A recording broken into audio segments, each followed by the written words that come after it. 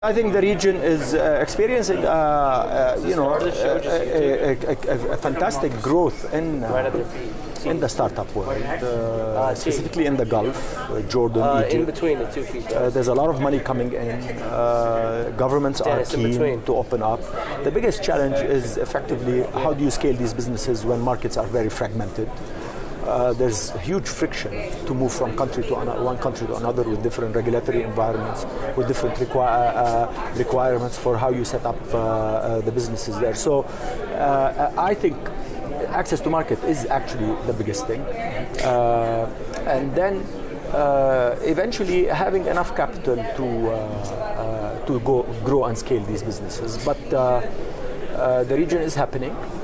And we're seeing some really serious companies addressing some serious challenges in the region. Gulf family offices are still on the sideline of size. I mean, you will have, and we do have some family offices investing.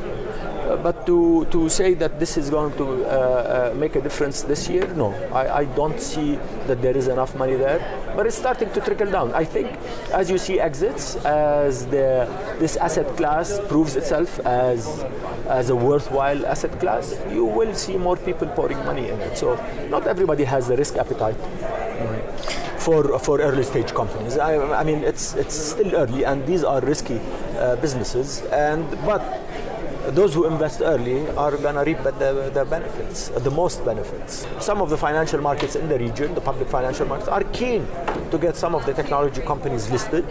That would be great. I would have loved Careem to have been listed. But this is how markets operate. But I don't think exits are of any issue, or liquidity events, let's call them.